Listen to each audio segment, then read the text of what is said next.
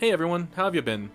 Here at Pogo, we've been chipping away at the game, improving and implementing as best we could. If you happen to miss it, you can watch the first devlog here, and learn more about the entire process for making a student game. For this phase though, our primary objective was implementing core features and creating a gym to display them, and test future assets. As we've added many more people to our team, we were able to really push forward our development. Naturally, there were also some challenges, so if you want to hear more about those, as well as the game itself, make sure to keep watching till the end. This video is going to be broken up into feature team segments, as that's how we process the workflow.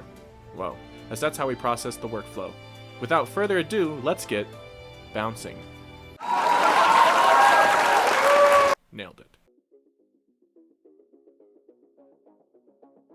As you can guess by this team's name, their primary goal was focused purely on the character itself. This includes movement, combat, and weapons. With the movement, the general bouncing was established. We developed various alterations in things like jump height, speed, and maneuverability, and then sought feedback to finalize the general feel for the movement. With that out of the way though, we could finally move on to more fun mechanics.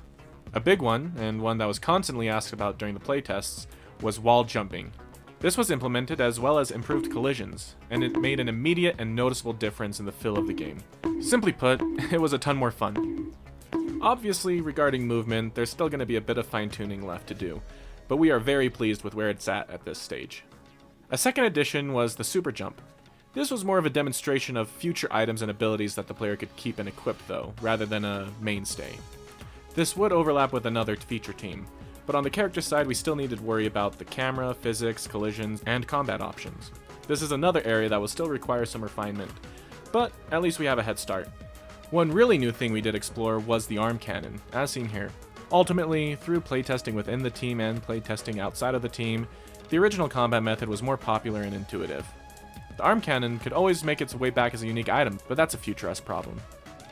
Lastly, this team also focused on the weapons. Before we had the default gun and the rapid fire or paintball gun, but we also added more. This includes the frenzy gun and the shotgun. The first shoots out a ton of bullets while being a bit difficult to control.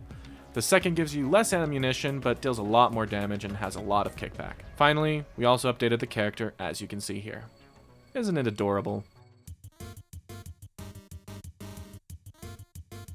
While Feature Team 1 was focused on making the player's life easier, this team was figuring out how to do the exact opposite. In the prototype, we had very basic enemies, just to demonstrate that you can jump on them or shoot them, and they can hurt you if you touch them. Now in the alpha, we added 9 total enemies with different abilities. These abilities include flying, walking, bulletproof, stomp-proof, jumping, vertical range attacks, exploding range attacks, turrets, and explosions on death. We couldn't draw the sprites for all of them during this phase, as you can see, but we've begun that implementation. Besides these enemies, Team 2 also began on boss conceptualization.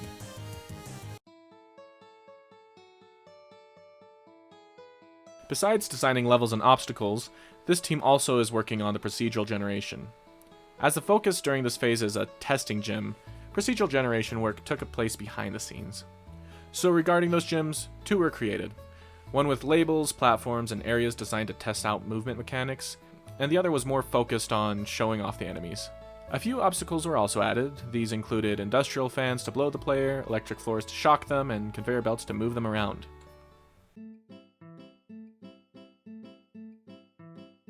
With Pogo Rogue being a roguelike, items and power-ups will become very important in the future. We ended up splitting items into 2 categories, buffs and special items.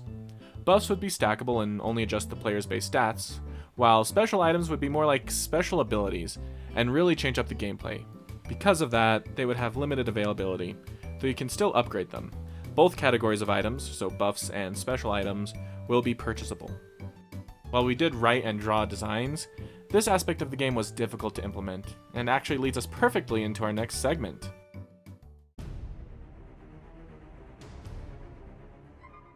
Naturally, the game making process is a difficult one.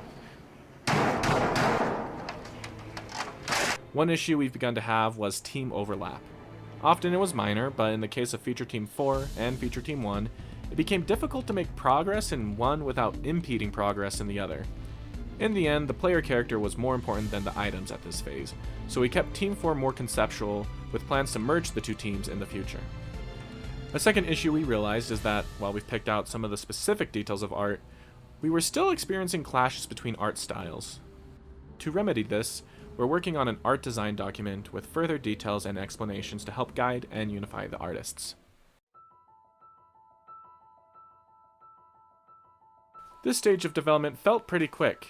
We really began to slip into a nice groove, and between that and the learning from our own mistakes, we are very optimistic moving forward with this project. You can actually try out the Alpha Gym right now over on Itch, and make sure to subscribe or follow any of our social medias to keep up to date on the project. We actually post devlogs for the sprints in between these video devlogs, so if you're interested in those, make sure to either check out our Itch page or follow us on Twitter where we'll give a brief overview of what we did. Thanks a ton for watching and any support you choose to give.